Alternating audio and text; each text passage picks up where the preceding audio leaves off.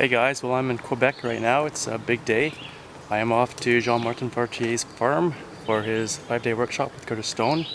It's going to be pretty awesome. First day of number 5. So I'm going to hopefully do some filming while I'm there and show you guys around the farm and hopefully get to talk to those guys on camera and get some of their thoughts of what they're doing. So when we get there, I'll show you guys the place.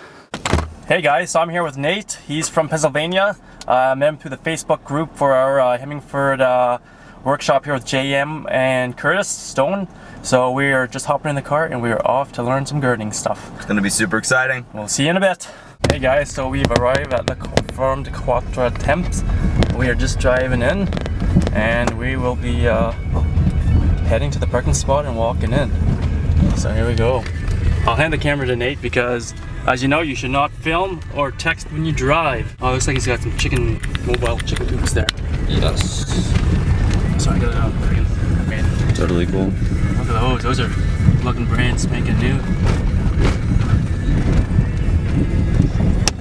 Pasturing them through the fields. So this guy's farm is 10 acres. Oh yeah, there's everybody down there. Oh, there's Caterpillar Tunnel.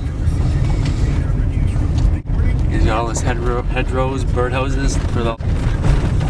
This is gorgeous. Yeah, this is amazing. Guess we just parked there.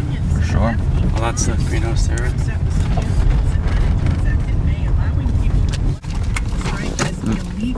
What are we doing now? That's awesome, dude.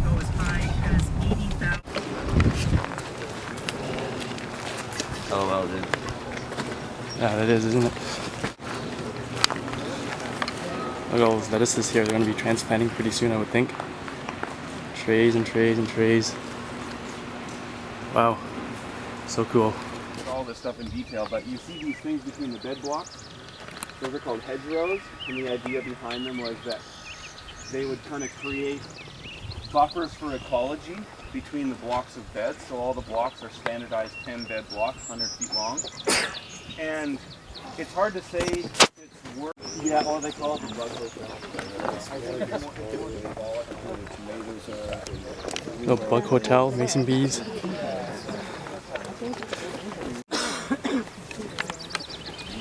But it's not, it is one of them. I am, yeah. They don't look And they also are much more, yeah, they're much more baby. We'll go over here, so we'll just get a little bit of a tour of the farm.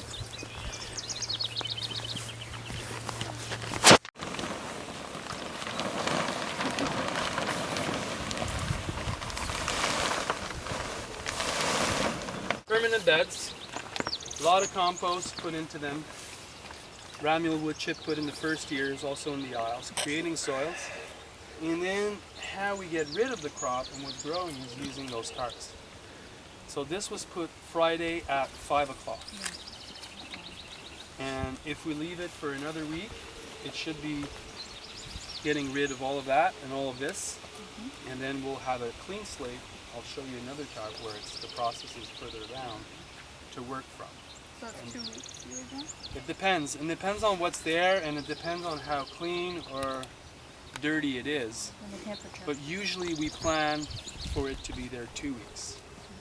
And we pre-plan as much of that as we can in the winter, but then the reality of the season kicks in. Some crops are slower to grow, and then we kind of adjust and adapt. So Danny this year, he's in charge of doing all the bed prep.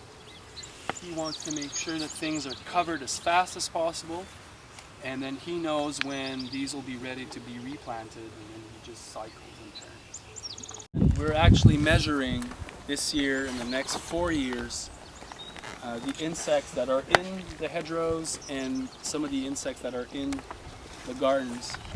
And so it's an experiment going on with the government of Quebec, and they're measuring the impact of the hedgerows with the insect. Did you line up a university connection? So you'll see them this week. They come and then they vacuum the insects and they count them. But this is what it looks like when it's at maturity. You You know, in France, it used to be like that. They would have, it's called bocage. So all the fields were separated with these kind of flowering hedgerows. And that's where I got the inspiration for those. And all of the bocage in France were all destroyed in the 50s and 60s to leave more rooms for the tractors. And so now here, so this is a non-tractor farm, meaning that the cultivation is not done with tractors and it's not designed for tractors. The tractors don't have a lot of space to turn, and so we can recreate these systems. You can still have a tractor, but it could be a compact tractor.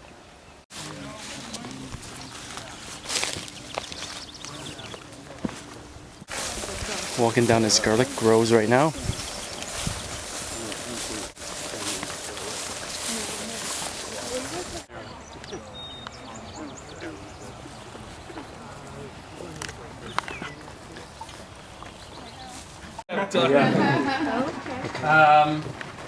Okay, so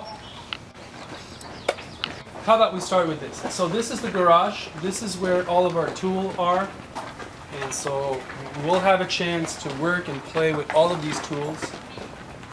But basically, they're pretty much the same thing described in my book and some of Curtis's work. We have some new tools that are really making a difference with weed prevention that are there. We'll look at all of that later this week.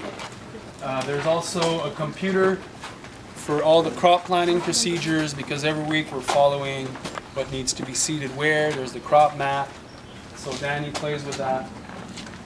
And when all of this will come out, you'll see how everything is really well laid out, organized.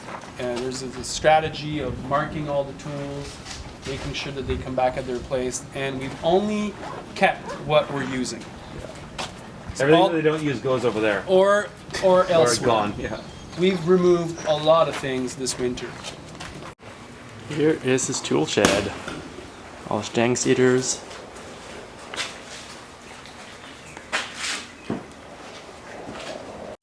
Est-ce que tu sais c'est quoi ça? C'est les trucs pour Sophie, pour la tête du poivron. La tête du Les poivron. pièges et la saucisse de lui. Je vais les remplacer, les gars. Their standard gives you these sort of standard bins, scoop out the greens, drop them in. Then you have to agree to. That's the problem with that. We tried that. Wobbler. Well, not. We tried that in Salad spinners. It does. That's the thing. You want it Which are just basically laundry machines converted. Well, yeah, that's large scale industrial. I got nothing new, but on small farms we weren't typically doing that. There, been picking tomatoes. And so there's a separate cooler for fruit. And This is the walking cooler here.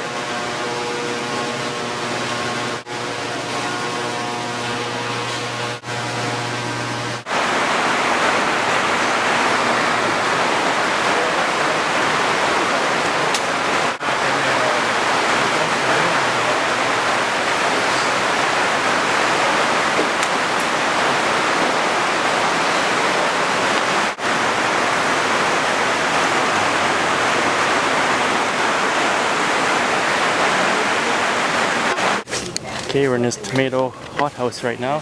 Tomatoes everywhere.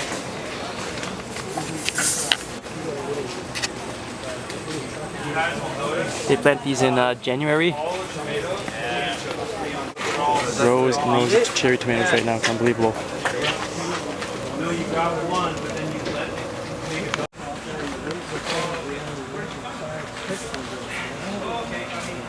Years now is that we're doing really early strawberries, and we grow them in these pots.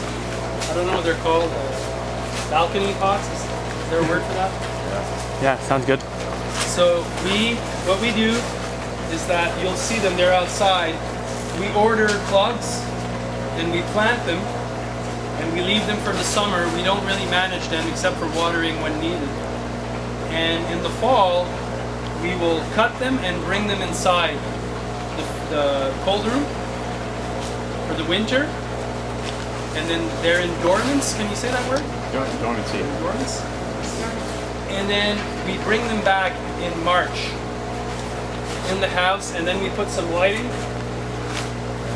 And then temperatures are you know, they're warm, but we're not heating the house. We're just kind of, and then they start to grow, and then we have, by April, we have nice harvests. So April and May.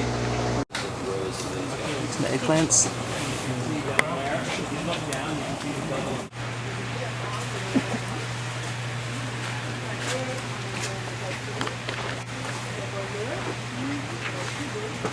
All the cucumbers.